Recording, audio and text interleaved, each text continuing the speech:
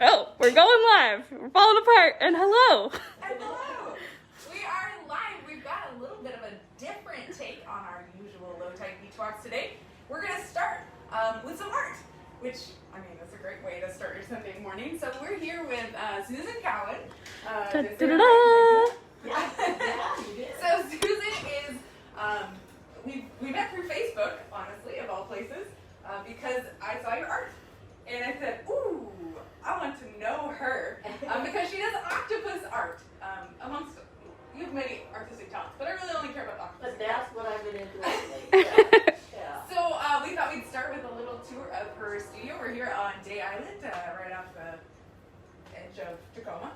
So this is my first time to, well, your studio, but also to Day Island. So I'm excited to poke around and see what we can see. But for now, tell us a little bit about your art, your process, your... All right. Well, I also want to say that I met Stina by the Yeah. water walks over, where were we? Just We were at, the Fox Island, or no, Narrows Park. Yeah. that's Tacoma what it Narrows was. Park. We did a night walk, and it was Yes. awesome. And you guys can do that again. With people. Yeah. I recommend it. So I've been on an octopus kick since I moved to Day Island. And I do paintings, but lately I've been doing these Lazy Susans. So I marble them to start with, which is a cool water process. You float paint on a bath that you thicken with carrageenan. Ooh, And it's a little algae. Yeah. It's your kelp right there. It's secret from start to So you just kind of print off the surface after you make the patterns you like.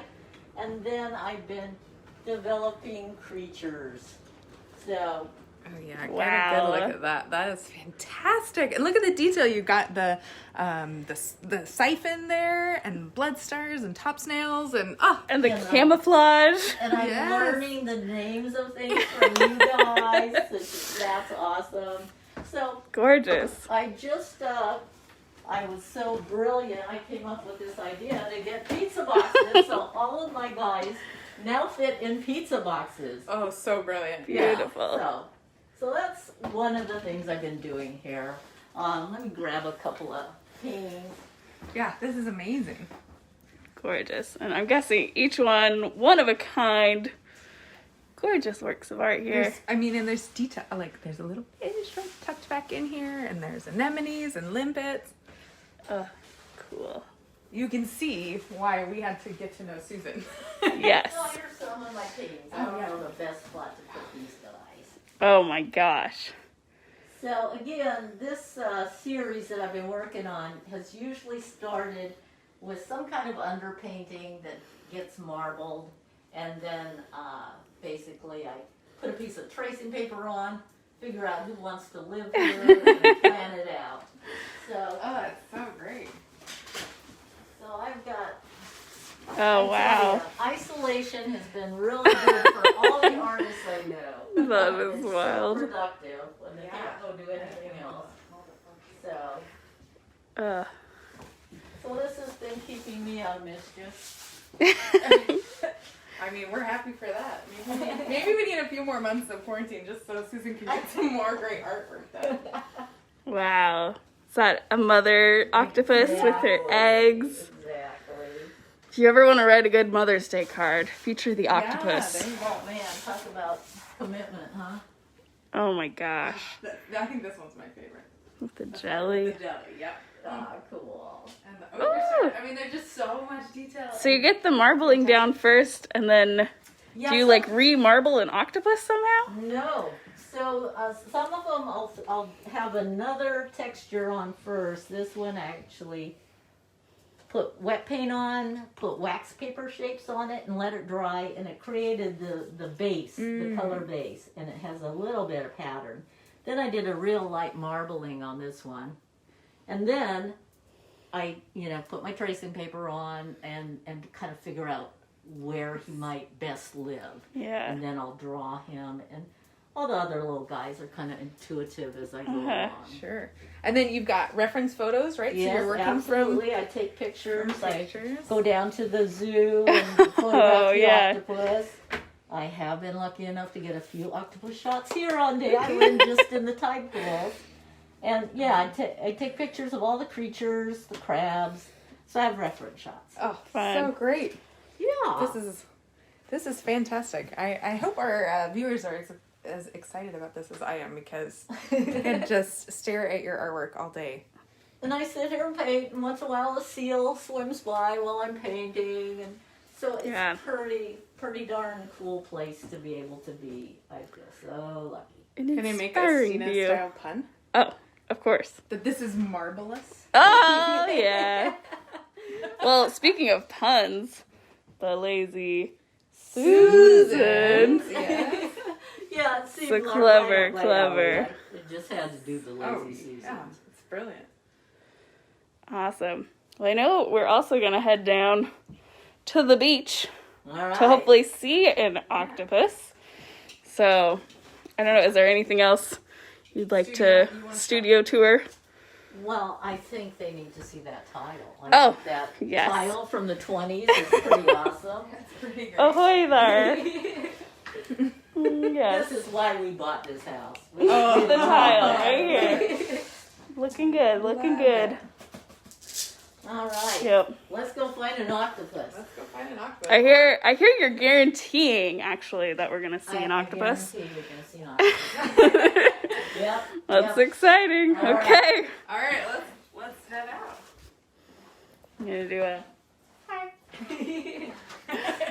Proof you were here. proof I'm here. Things I want to go talk about. Yeah. A lot of divers are probably familiar with this site. I think we can keep our distance, so I'm gonna pop this off just so you can hear me a little bit better.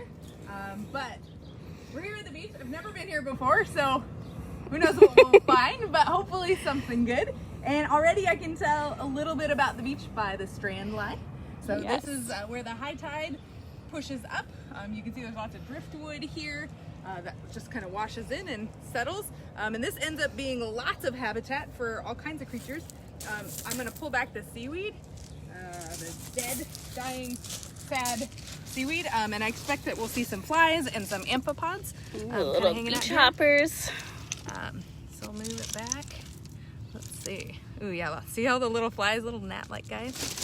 A little bit of Do a little dig. Oh, earwigs even. Some land invertebrates coming at us here. Cool to see. A little bit of a snail operculum or a snail shell there. Cool. All right, let's cool. we're just gonna kind of walk straight out. I'm just gonna put it back so whoever was under there will be nice and happy. Yep. And for this high tide zone, you want to stay between these signs so we're respecting public or private property. But as you get to the low zone, I think it's a little more fair game for beach access. Noticing a really nice drastic change from as we move kind of down this steeper slope and it starts to fan, get more gradual, and then boom, it's sea lettuce town. Take a look at the gravel here because this is really typical of Washington beaches. This is glacial till, so this is all gravel rocks that have been tumbled by glaciers and sort of Those nice scoured boots. out.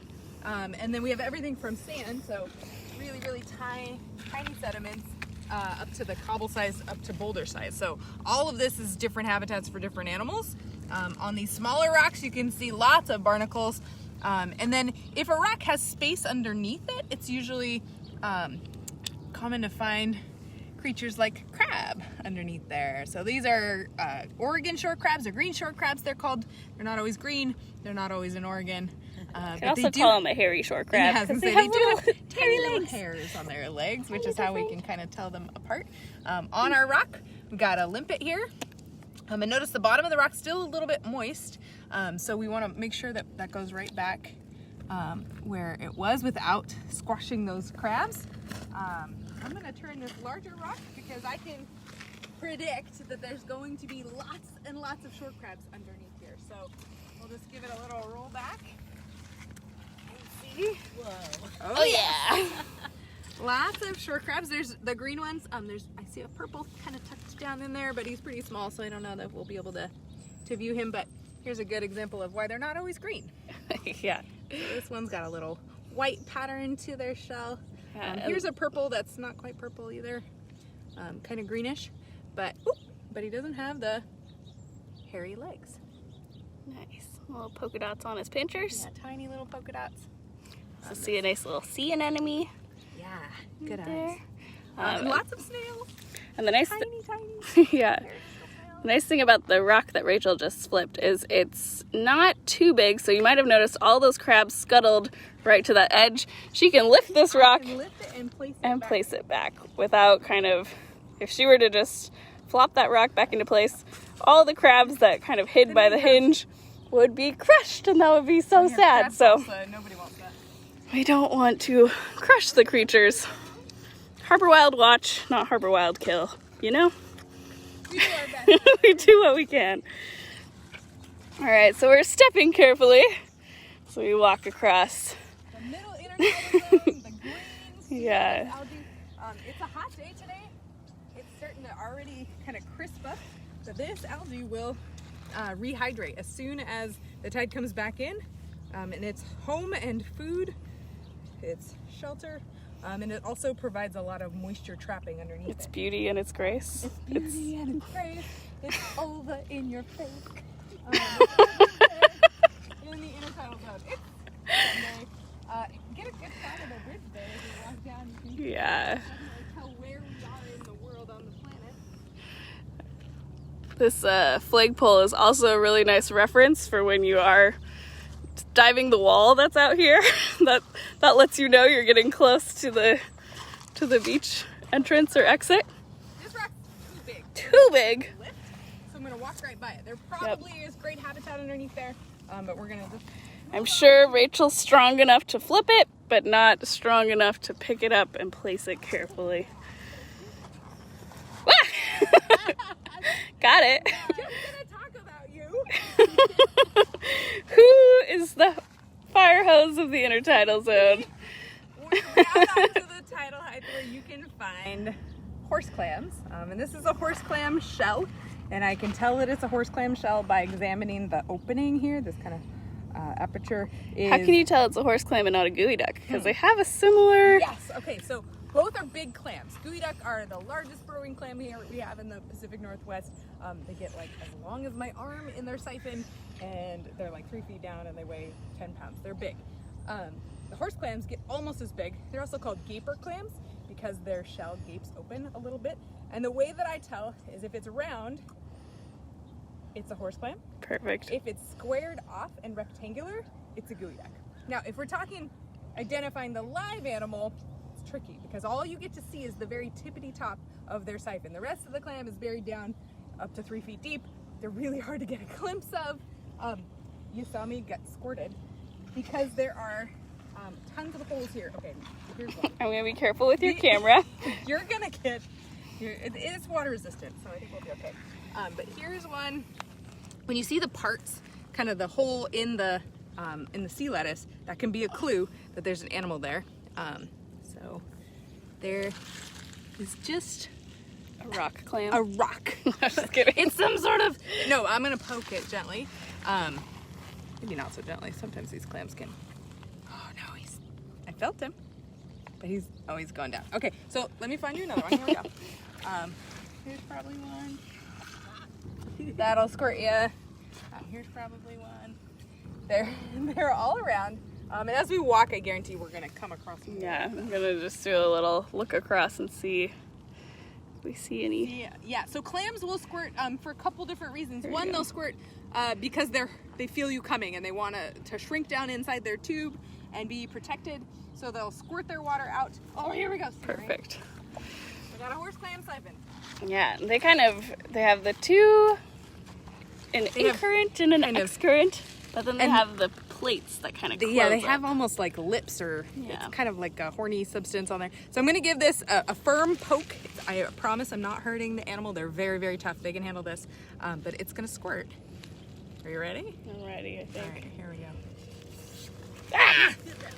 Serves me right. Okay, now I'm soaking wet. Yeah. I will say, I think the horse clams are like the fire hose of the intertidal zone. And every once in a while, I've heard rumor that in the Pacific Northwest, there's the coffee clam.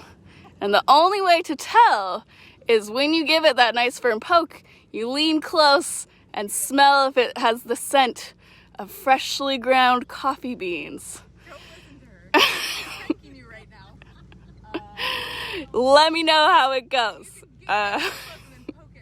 Yeah, you can imagine how delightful. But on a hot day like today, I would be delighted to have a coffee clam. Woo. Okay, you guys know I love kelp. Rachel yelps for kelp as we can. Yeah, I'm guessing red rock crab? I think. We don't know for sure. So let me get a little closer to investigate. Oh yes. Here we go. We got A rock crab on the move. That's what I was.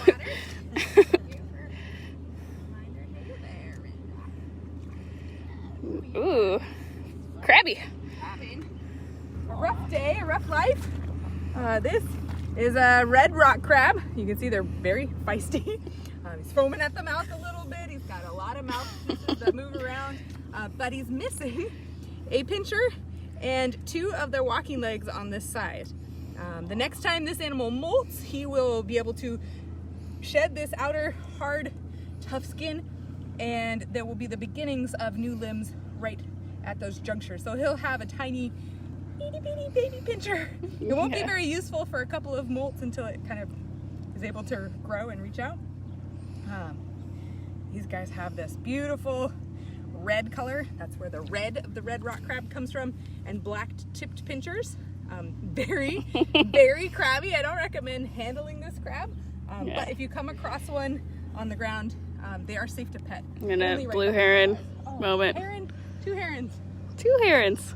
And a gull and a crow and Believe it or not, one time we saw 27 herons 20. We flying counted them together. twice because we were like, "There's no way there could be 27 herons here." It was wild. It was wild. But yeah, Let's talk about black claws. You can see, I mean, just totally packed with meat. Gives This them is an edible strong. species. And south of the Narrows Bridge, crabbing has been closed for the past 3 summers to try to build the population of edible crabs, the Dungeness species. But these guys are benefiting from that too because they are also not harvestable down here. So Yeah, did crabs just open this summer, I think? I think they did. Yeah. I can't keep track. This is my coworker. I don't eat him. Just talk about him. Whereas I feel bad because I like protecting things because they're delicious. Yeah. You know? I mean, whatever your motivation for protecting the animals, I'm fine with it. But can we talk about some kelp? Yeah, because we're definitely, I mean, we have, you can see the like sandy high tide area to the mid green, kind of this little low depression that dips into this nice brown algae. Brown algae can survive. And Rachel found some lovely bull kelp. Yeah, so there's quite a bit in this little pool here. Yeah. Bull kelp is awesome. Amazing habitat. This can form entire forests. This stipe here can get like 100 feet long. This pneumaticus is filled with air so that this floats when it's submerged, and then the blades here do the photosynthesis, and then just gorgeous colors. Then there's also a ton of this Saccharin Kelp, which is Or sugar kelp. Yeah, sugar kelp, Saccharin Kelp, sugar rack it's called. It's got these 2 lines of bullations. That's the little wibbly bits. That's a technical term. The wibbly are bullations. And then there's also some red algae in here. Yeah, I see some Turkish towel. That in the water you can see that really iridescent kind of shimmer, almost the blue. Has a really nice bumpy texture. We are thinking we need to do a beach spa day and rub this across your face and just exfoliate. If you want us to do a beach spa day, just put that in the comments and we'll make it happen. We'll just Rachel's making it happen right away. So the Turkish towel, it anchors to rocks. It wants a place to live, and so does the kelp. So this one, yeah, that iridescent. Oh yeah, isn't that pretty? It's kind of thought that it might be a form of sunscreen in this species. So the young growth tends to have that blue iridescence. I love this pile. You have the red, green, and brown all hanging out together. It's almost like I chose it for a specific purpose. Oh, wow. You're such an educator. No, it's great. So we do have three kinds of algae out there, red, green, and brown. And in this case, they are actually red and green and brown.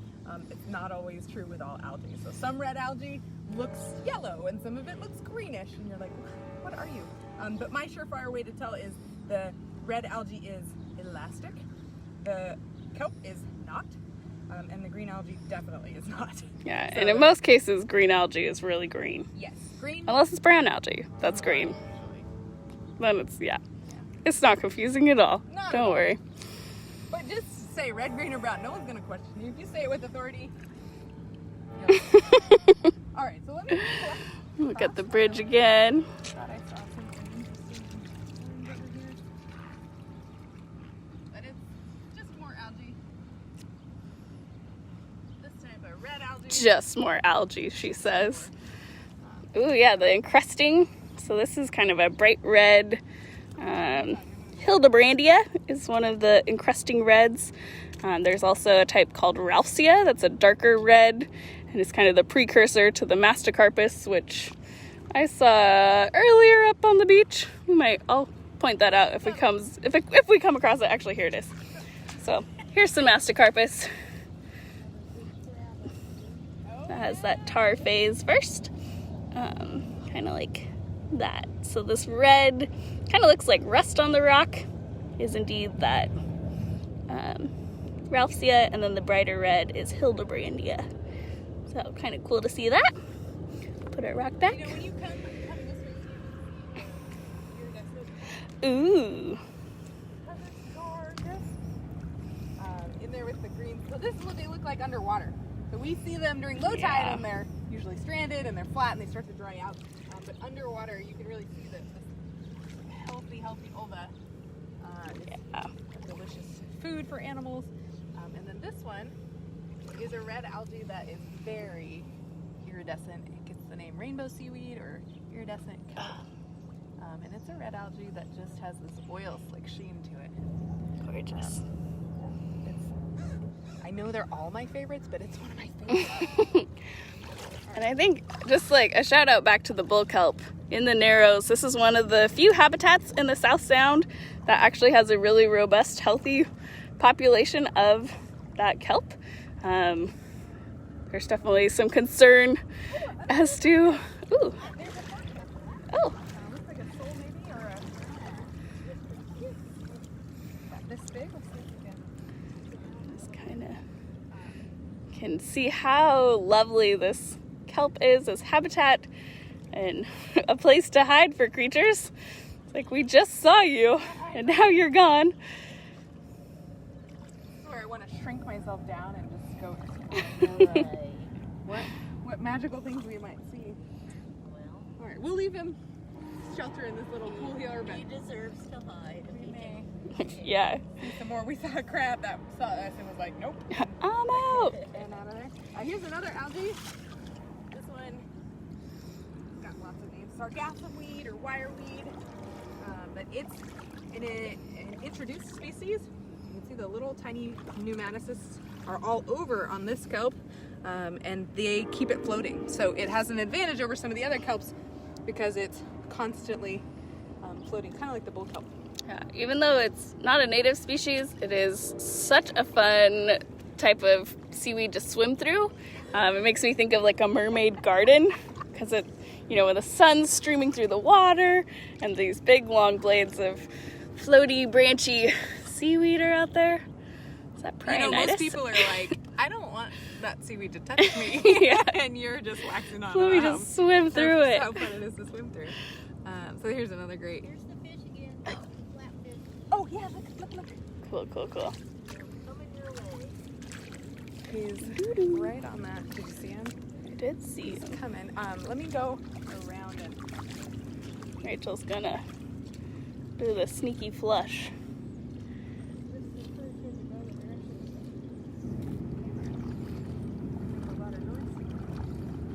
Hey, fishy.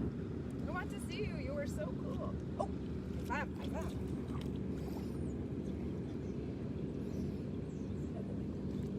direction, so in the middle of that pile of algae. Welcome to Fish Chasing 101 with Harbor WildWatch. There it is. Oh, yeah. Isn't he pretty? Wow. Gorgeous. Yeah.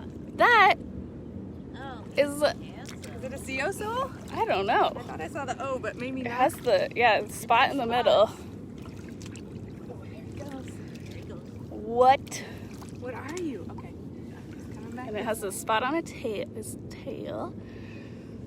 Or her tail, I guess we don't know. Oh, yeah. It's hard to tell. Doo-doo. Keep swimming, fishy. Wow. Usually they're more of a like drab sandy color, Yeah, but this this one one has like some It's reds. been living in the red algae, I'm guessing. So cool. Okay, Alright. well that was awesome. Well, let's keep walking out. Let's get to the actual shore. Working on it. Again, if you're just tuning in, we're at Day Island with the fabulous Susan, Rachel, and Stina here. Whoop. It's a little slippery. We're walking carefully. Yeah. How's your knee? Aha. Is that trash? No, why would there be trash on a beach? People are so conscientious to pick up after themselves. No, this is a egg collar, a sand collar, because it looks like where it's collar. This is the egg case of the moon snail. So the snail, we can look at the egg case and tell that the snail's shell is this big, the snail's foot that it crawls around on is that big. So we're talking about a really sizable snail here. Hopefully we'll find one because the tide should be low enough today. And they are found just about anywhere where there's clams. So since we saw some clams, we've seen their eggs, there's a good chance that there's some somewhere out here. So Evidence of moon we'll snails. keep poking around, and that'll sit on the beach for a number of weeks. And as the tide goes in and out, and it dries and rehydrates and dries and rehydrates, See. it'll break up. Here's another one. Yeah, there you go. See if there's any animals underneath it. A lot of creatures like to. Yeah, often you'll find little dove snails hiding on the inside of a moon collar. Here's a little crab molt. So again, crabs lose their outer exoskeleton to grow a new, bigger shell. So this one's a little empty one that I can't really open with one hand. Ah! But there we go. Ta-da! Nobody's inside. Some bigger, better crab is out there. Okay, I'm gonna catch up with our lovely tour guides.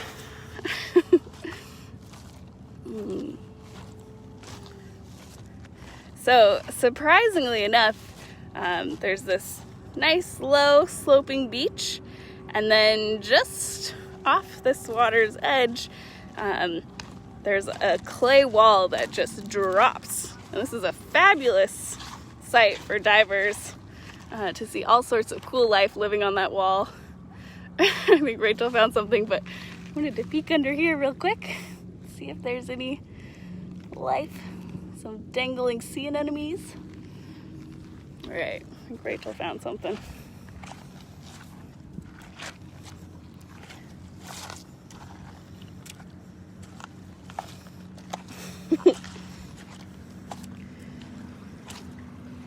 Getting excited out here. What'd you find?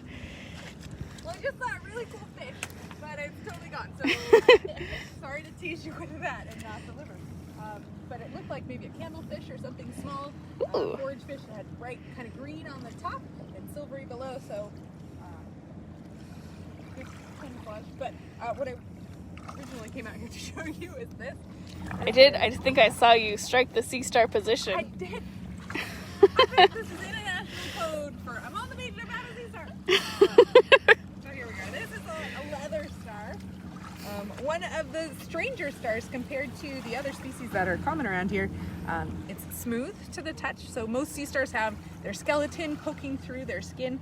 They belong to the phylum Echinoderm, which means spiny skin in Greek. So this one is not so spiny. And the weirdest thing about this one is it smells like garlic. Some people say gunpowder, some people say bleach, which none of those smells seem similar. Of all to the me, things but to call it a garlic star sounds the most Yeah, a little more organic. I guess. Yeah. Gunpowder star. Yeah, nope. I'll flip it over. See, oh, he's suction cupped to me a little bit, so I'm going to gently wiggle myself loose. Those suction cups are how the sea star moves. You can see the little bit of his stomach right there in the center. Their stomach is almost like a piece of cellophane. It's really, really thin and translucent, and they have digestive enzymes that kind of secrete all over their food. They actually stick their stomach outside of their body to do their digestion. And this one you can see moving its little tube feet around. And really holding on to some of those little rocks there. Some gravel bits. It's a good adaptation if you live in a wavy place and you do not want to get washed all the way up to the high intertidal zone where you dry out and die.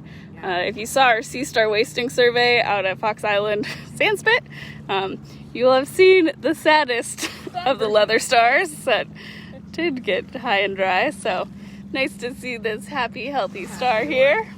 One thing I always point out when you're looking at sea stars, and Susan probably knows this as an artist, the tips of their arms always stretch upwards, and they have an eye spot at the end of each arm. So when you look at this star, it's pretty rare that they would actually be all the way flat down. They almost always have their eyes turned up. And pretty amazing that they have eyes, considering they don't have a brain to be able to process much of that information. So it's kind of odd that each arm can see and make some decisions on its own. Yeah, believe it or not, I'm pretty sure for all of you watching right now, that sea star, it just winked at you. And it's waving hello too, so, which is pretty good. So we're gonna put this creature right back where I found it, so that we're not disrupting it too much. If you do see a sea star that's in obvious distress high up on the beach, you can move it down. But since they're animals that don't move fast or far, you don't want to relocate them totally, right? So if you see one turn into jerky, it's okay to maybe moisten it and scooch it a little bit, but don't go walking it 40 yards down the beach to try to save it. Because they're adapted to living here. They'll do just fine. Just kind of tuck that one in there. I found another cool creature. Right with it. Oh yeah. This is a top snail. Is that a hairy top snail or that's It's just, oh no, that's just mermaid hair. That's just mermaid hair. Sorry, I'm shedding over here. But this is a snail. It's got a beautiful, perfect, conical shaped shell compared to our moon snail shell, which is more rounded. And these are much smaller. And then the snail itself is partially retreated into its shell, and you can see the operculum, which is this little plate that grows to fit their shell opening. So as this snail gets larger, it's gonna keep coiling around the base and the opening will get bigger, and so that operculum grows to fit. And I don't know if you can see it, I can see it, but there are rings on it. Yeah. And those are annular rings that are laid down with each growth cycle. So during the summertime, when the snail's got a lot of food, it's growing faster, it will lay down wider bands, and then in the wintertime, the bands will be smaller. So it's exactly the same as the rings on a tree, and so you can tell how old they are. I think another kind of fun thing about snails is that they have torsion, which pretty much means their digestive system bends around and comes back the other way, which is really handy because if the snail was using the bathroom where you would think its bottom would be, it would be filling up its poor little home. So torsion lets that digestive system come back out and around right next to its face, which, you know, for a snail, that's how it do, and it's a good system for it, but kind of gross at the same time. Oh, right. You saw that close up really nicely. He said, "Oh no, I'm out." I don't want to talk about that. He's embarrassed. Sorry that you poop next to your face, bud, but it's pretty cool that you don't have to poop into your snail shell. So we'll put this guy back. The more you know.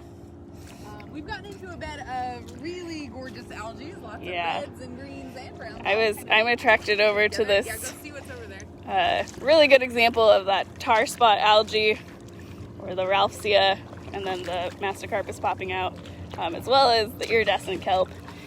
So all of this is actually algae, which living things on rocks, including the limpets. Ooh, some pink hydrocoral kind of stuff. Cool. What did you find? Oh, look at this. Whoa. Isn't Doing some funky stuff.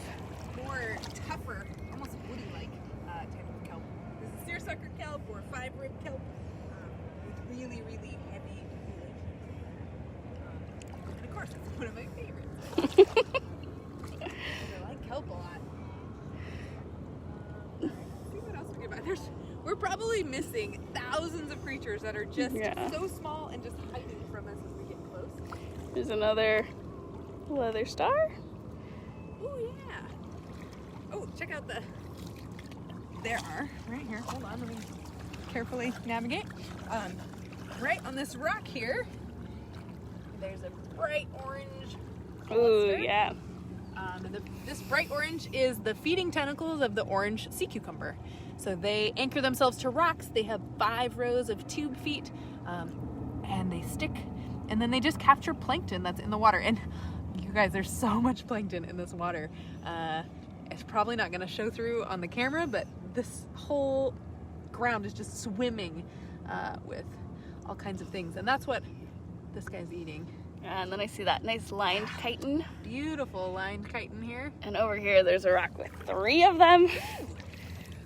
Oh yeah, chitin party. Chitin party. Chitins are 8-plated snail. slow. They don't move very much, and sometimes in their entire lifetime they may not even leave one rock.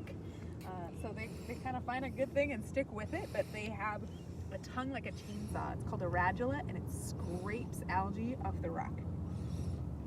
Sweet. Super cool. Ooh, okay, I don't know if you can see this, but here is one of those tube worms with its feeding tentacles. Can't remember the name. You remember though? Oh, Beach monitoring for these I guys. call them banded tube worms. Yes. Or Spiochitopterus. Or id. It's very Dr. Seussy. The like 2 little white, I don't know. Curly cues? Like, not focusing. The waves are making it a little difficult. It's there. It's cool. Well, I know the Seattle, was it Jen with the Seattle group, did a beautiful post about these tube worms that we can share with you. Go team. Anybody asking questions on the feed? Not that I can see. But yeah, ask some questions. I see a Sarah and a Mary and a Sandy and a Jen. Ooh, my favorite people. Marsha. Yes. Brian. Oh, look, right behind you. Woo! Harbor seal. It's a little floating head. Through the kelp forest. Hey, a little sailboat out there. Pop down. What are you eating out there? Speaking of marine mammals, orcas have been around, as well as it's kind of that pupping time for seals and sea lions. So I got a call today from Brandon. Yeah. Wondering about a seal pup sitting on the dock in the hot sun, and mom is nowhere to be found. But moms will leave their babies for hours at a time while they forage. You can imagine it's probably pretty hard to hunt for fish in a really drastic environment like a kelp forest if you've got a little tag-along who's not good at swimming and gets too cold in the water and doesn't have enough blubber to sustain itself. So mom will usually park their seal pups up on the beach and say, stay. And then they leave, and they won't come back if there's people or dogs or any sort of commotion around their baby. They'll just sit out there, and so if you interfere, oftentimes you're doing more harm than good. So the best thing to do is just note the time that you saw the baby seal, and wait. Wait 12 hours, wait 20 hours, wait 40 hours, and if mom's still not back, then you can call the Marine Mammal Stranding Hotline, and that, you just Google that. I think we also may have it posted on our website, but the Marine Mammal Stranding Hotline will tell you every time, like, how long have you been watching it? Yeah, mom's probably just offshore, don't worry about it. But it's important to keep people and dogs away from those little seals that you see parked on the beach. do not put seals in your bathtub. No, don't take them home. It's totally against the law. Totally against the law. You go to jail for kidnapping a baby seal. Don't do it. Don't take it to the zoo. Don't take selfies with it. Get a zoom lens if you have to, take a photo of it. But don't approach. Leave them be. Wilderness is the best choice for the wild animals. Yeah. Let's find some more stuff. Now let's go catch up with Susan down there. Not sea corals. Okay. Watch I'll keep Rachel from talking kelp for a minute. Just kidding. I like kelp too. Good luck. And again, if you have any questions, feel free to ask them in the comments. They don't even have to be relevant questions. Yeah. I mean, you want to know my favorite color? What's your favorite color, Rachel? It's opal green, guys. Big surprise. It's a good favorite.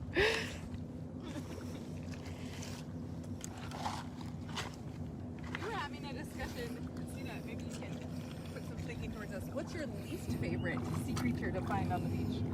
Least favorite? Least favorite. Ooh. Right? Like, that's a hard question. I like it. Like, yeah, do I find a creature and I'm like, you've ruined my day. How dare you be here for me to see and explore and wonder about? Yeah, I don't know that I have a good answer for I that. don't really get jazzed about big pileworms, big polychaetes with the jaws. Oh, Creep me out. I think they're fascinating. They're cool to look at. And they're so pretty and sparkly. I'm also noticing Rachel standing on a nice kind of that clay that we mentioned that forms the wall out here on Day Island. This is kind of some nice sturdy structure. Oh! I have a rose anemone butt for you. Cute. It's also a rose anemone mouth, but with the tentacles pulled in, it definitely resembles a butt. So We love U-shaped digestive We systems. talked about our snails, which have the cool torsions, so they have a separate mouth and butt, and they poop near their face, which is weird, but you know, better than probably this, which is actually right you- behind you. I just wanted to, before it sucks in, the calcareous tube worm there. talk about that. And its little feeding fronds. So the pretty red that you see is a branching apparatus that the tube worm uses to catch plankton and eat it up. And when a predator, like a fish or you know me, Because the worms are close. delicious. Ah! You they can hide jump in in that and they're tube. protected. Perfect. Okay, back to sea anemone butts. Easily distracted. You know, it is real life, guys. This is what we're really, this is what we Squirrel. really do. So they take in food using their stinging tentacles. So they'll capture using nematocysts, which shoot little harpoons into whatever it is. Luckily for me, my skin on my fingers is too thick to be penetrated by that, but it does feel a little sticky. And then whatever plankton, food, crabs, small fish, whatever gets eaten is digested, goes into their stomach, into their intestines, and then it turns right around and they poop right out their mouth. Now, luckily for this animal, they don't have taste buds that we know of, and they don't have a brain to know how gross that is. Yeah. So, It's a good deal. maybe don't poke them too hard. Jen is wondering, I think in regards to seals and sea lions, how far away is a good distance, and who do you call if people are getting too close? Yeah, so I want to say it's 50 yards. So half a football field is pretty good thing. Basically, if you're close enough to see details of its body, like you can see the whiskers, you can see the eyeballs, you're too close. And then you would want to call the NOAA hotline. You can also call the non-emergency line for your county. So you can call Pierce County Sheriff on their non-emergency line, and they can connect you with whoever it is that needs to be. And then those distances are much greater or further away when we're talking orcas. Yes. So So our resident orcas, if you're in a boat, it's 300 yards, so 3 football fields away. You have to stay from those orcas. If it is a transient orca, you only have to stay 2 football fields away. But let me tell you, it's pretty impossible from the water to tell whether you're looking at transient orcas or resident orcas. So please keep your distance. Be as far away from them as possible. Kill your engine. Let the whales pass by in peace. They are echolocators, which means they make clicks and sounds and squeals underwater, and they listen for the bounce back. And if there's a bunch of boats in the water, they can't hear a thing. So you're really hindering their ability to forage and communicate if you've got your boats running and you've got a bunch of people all on top of them. That happened on Tuesday, right off just across the way there on Fox Island. On Tuesday, there was 30 boats counted around a pod of about 5 orcas, and they were way too close.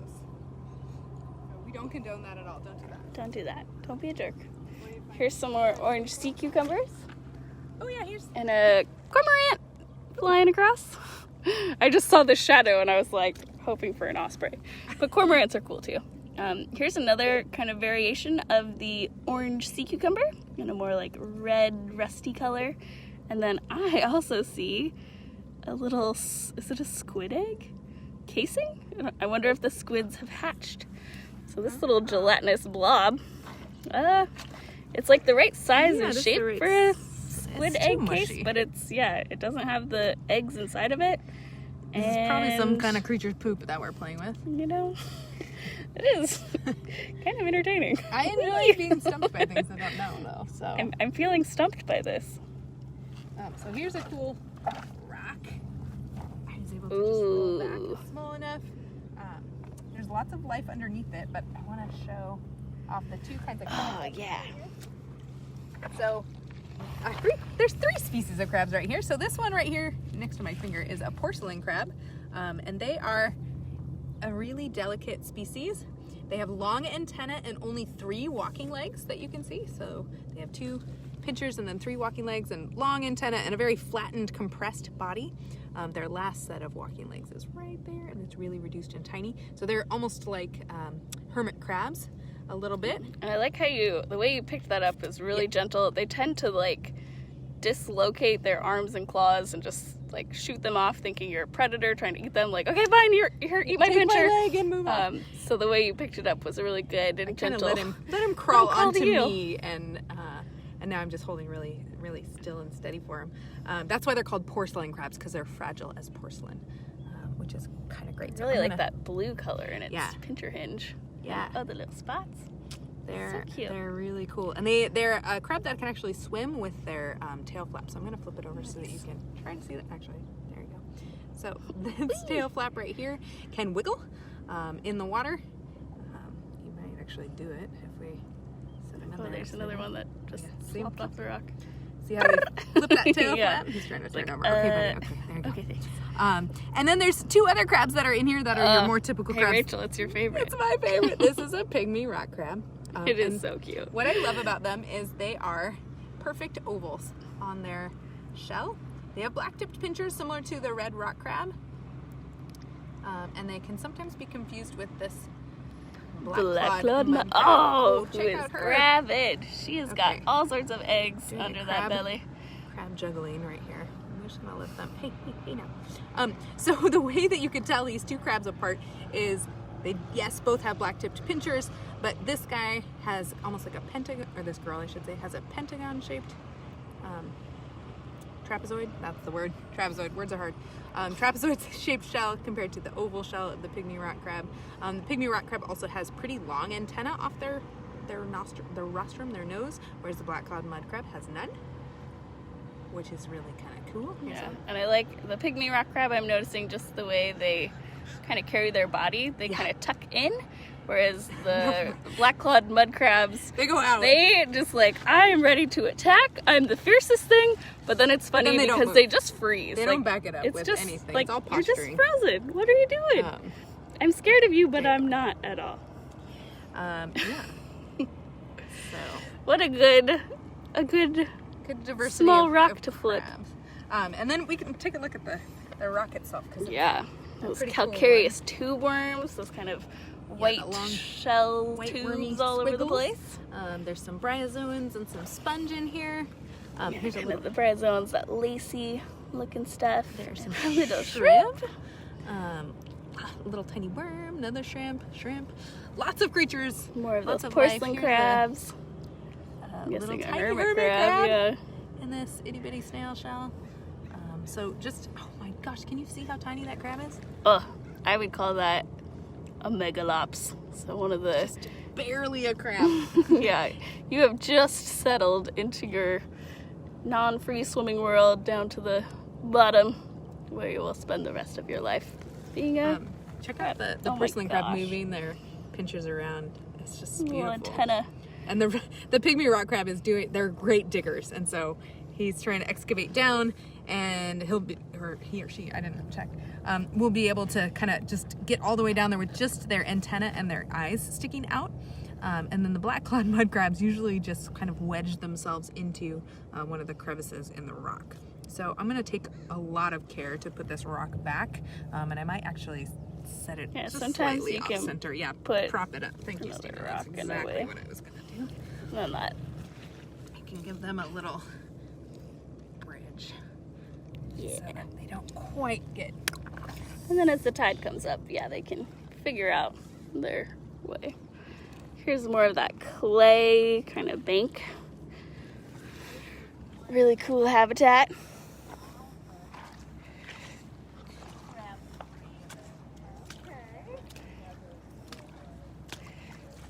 So Susan was just saying that this rock here was where she observed an octopus before.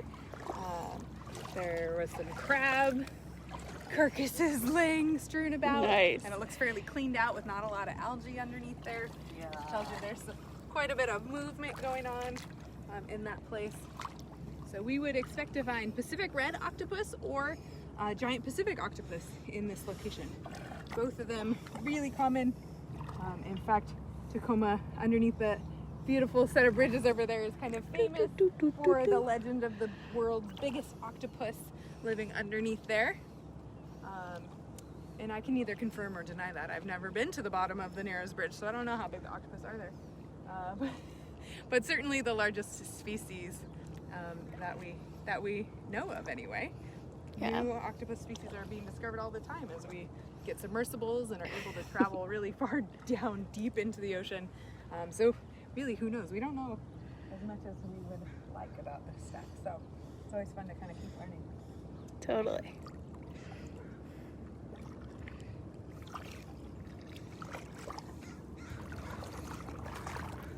Oh, here is something cool. Ooh. So on this, Kelp reproduction. Bam chicka wow wow. about it. So kelp, because it's not a plant, it doesn't have seeds, it doesn't have fruits, but it does reproduce with these sorry patches. Okay, here we go. There. Notice how it's thicker right there? So kelp is generally an annual, and it will grow and die each season. And as this portion of the leaves kind of rot and die at the end of the season, this thickened part right here is got the next part of their life cycles. They have 2 life phases, and this will drop off and basically grow the spores that the kelp, and then when the spores join, then we'll get this entire thing, and it'll settle and grow. So it's always good to see those. Yay! On there. Yeah, that's one of the reasons that closer to the end of the summer, early fall, you'll see some real sad looking bull kelp. But just looking out across here, you can see the little stipes with the bulb. Usually they're nice and visible at low tide. Again, kelp forests are great habitat for all sorts of creatures to hide in, but then of course also find food. It's a full circle kind of deal.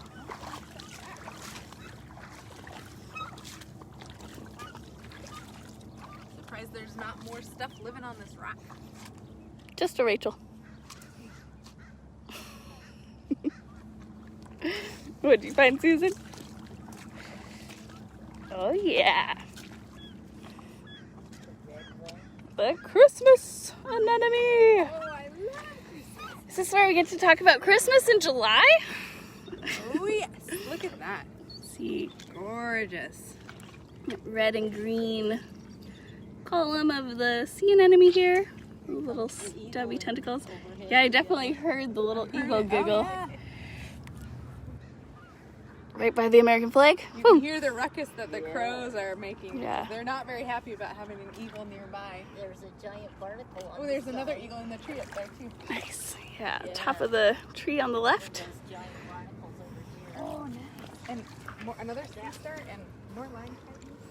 That was another octopus. That rock. Big. Oh, I like that you just have your octopus rocks lined out. Laying the rock. So here's a Yeah. huge, I mean, this is a giant barnacle.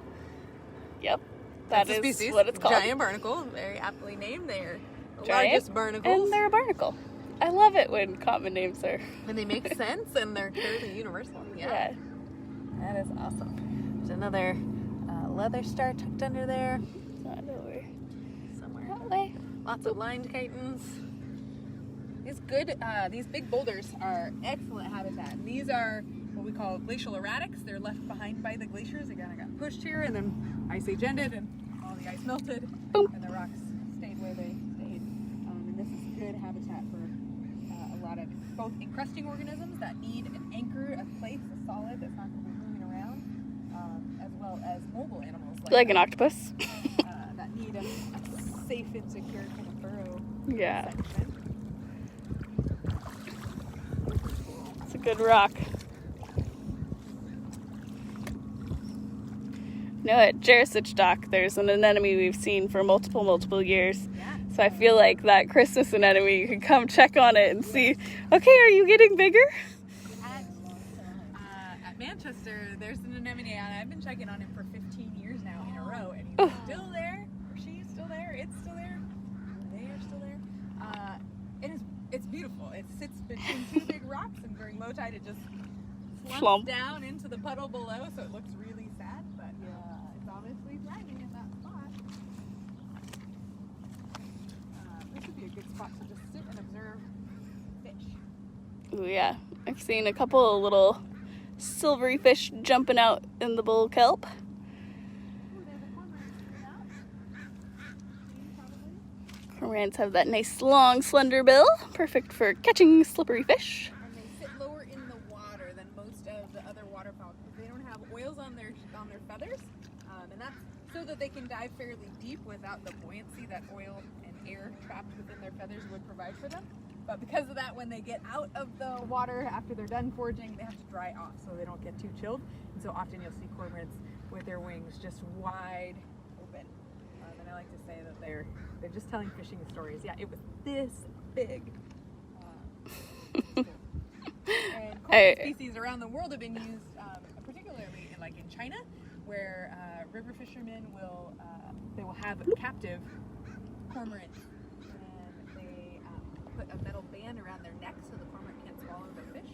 And so they come up to the surface, they regurgitate the fish for the fishermen, and it's kind of like a cool system where they do the fishing, and then the fisherman provides them a safe place where there's no eagles or anything that could eat them. They're fed, they're well taken care of, and they're kind of maintained generation after generation, and that's been going on for like thousands of years. Really cool traditional fishing. Pet cormorant. Cool. I always think it'd be so cool to be scuba diving and just all of a sudden be face to face with a cormorant down at like 60 feet or something. I hear they dive very deep.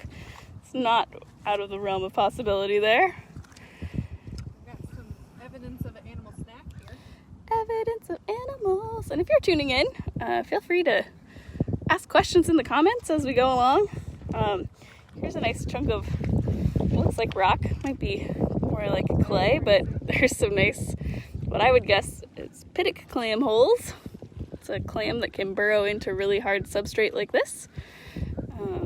Cool to see.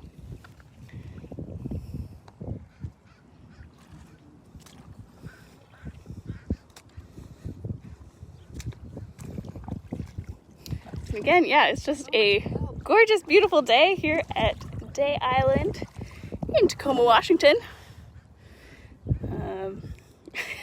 Lots of beautiful seaweed. I'm so happy with all the kelp. Yeah. I've got my kelp extra crabs. Oh, yeah. I'm surprised we haven't seen too many of the kelp crabs that would be. Oh, yeah. Their spiny little toes, or even decorator crabs is something I've kind of been on the lookout for. But those ones, sometimes you don't even see them until they start moving. So could just be that we're walking by and until you stop moving and then they climb on your foot. oh yeah, or into your shoe. Rachel knows a little bit about that. Okay, so Yesterday. I'm filming sand dollars out at the Fox Island boat launch. Getting some gorgeous footage. It's up on our Instagram and on our TikTok. And all of a sudden, I feel this like on my feet, and I look down, and there's two shore crabs that are eating me. They're going. I tell you, it tickled so much. It took everything I had not to go and freak out. I really moved them off and went about my day, but I am delicious. If salons weren't open, I guess you could just go to the beach and we could add it get to it. our spa day. We'll get the exfoliation of this beautiful Yeah. Blue. Gorgeous colors. That is like a nail polish. Is that a possibility? Oh yeah, if you add that to the spa day.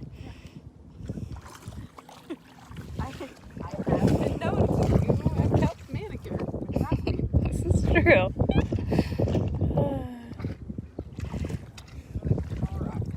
Would be a good one to look for more crabs.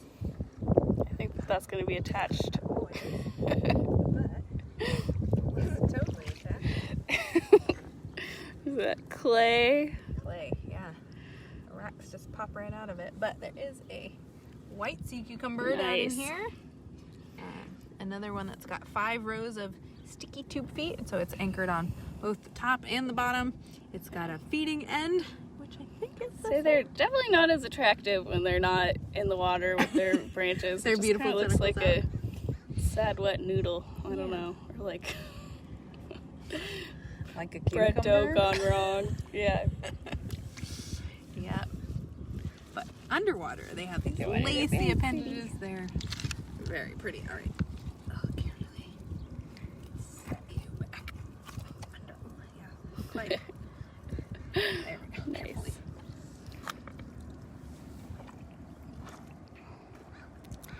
Doo-doo-doo.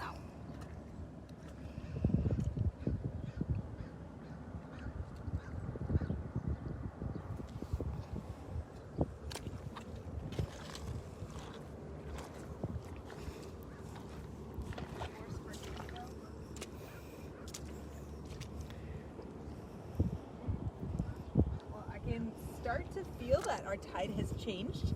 I can start to like stand in one spot and watch the tide just Creeping back in. Let's go back over to our pool here. I'm gonna give you this for a moment. Yeah. All right, so we'll walk this direction and see. Oh, hey, Katie. Nice of you to tune in. Love seeing people I know out here. It feels like I get to be at the beach with you, which is really fun for me. It's what I would normally be doing on a sunny, low tide Sunday, is be out here with people. So it's great that we can do this a little bit digitally. So we're again in another big pocket, this little low depression here with all of this kelp. Super cool to see. All right, so maybe we can find another one of those flatfish, those flounders. This is really kind of treacherous going for us. It always makes me nervous when I have to kind of carefully. Oh. But I think that'll mostly be when if we're close to wrapping up, which I think we've been. Yeah, we've been out here for like an hour. So We could wrap it up. Oh wait, I think I see another rose anemone. All right. Okay, so Stina says she can find an octopus rock. Let's give it a look. I mean, I wore my kelp boots and we found kelp, so I'm hopeful. Are you ready? I'm ready. 3, 2, 1. Octopus! Oh, there it is. Okay, we're big dorks, but you know, we promised an octopus. We gotta deliver an octopus. There's a ton of plankton in that little look at puddle. these little slivers. Amphipods and copepods and... You see really the 2 feet of that orange sea cucumber in action. More porcelain crabs, unidentified goo. Ooh, Another lined lined chitin. chitin. That's really pretty. A couple of them. All right. Well, we'll end on our silly, we found an octopus. I hope that you will tune in with us for the rest of the week. We've got a lot of good opportunities. Looks like good weather. So, hey, crows, what are you guys finding over there? Lunch? Sometimes they find interesting things. You just watch the crows. They've got better vision than we do. All right, sorry. So come hang out with us on the beach virtually. Use your phone, use your screen. If you can't be with us in person live, we'll make sure everything is posted to our YouTube page. So go on, head over there and make sure you hit that subscribe button. If we get enough subscribers on YouTube, we can go live there, which will be really, really cool. We are also on TikTok. So we've got about like 37,000 followers on TikTok. If you want to be one of them and you want us 1 minute at a time instead of these long videos, that's fine too.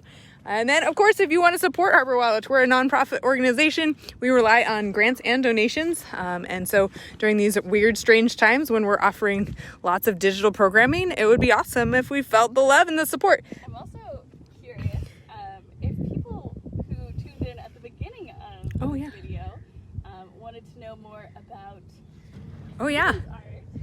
Is that available? Tell us more, Susan. Well, you know, right now I'm just painting in my studio, but the Portland Art Museum Rental Sales Gallery represents me, and at some point I might get on Etsy. All right, get on Etsy. We hopefully when we open up our Scansy house, maybe we can display some of your art in there. Oh, I see another cool sea star. Sorry, distracted. So thanks for tuning in, and Susan, thank you so much for inviting us into your studio to see your creative process It's Go Harbor and WildWatch. taking us to your beach. Should we learn to have fun? always Ready? from a distance. From a distance. 1, 2.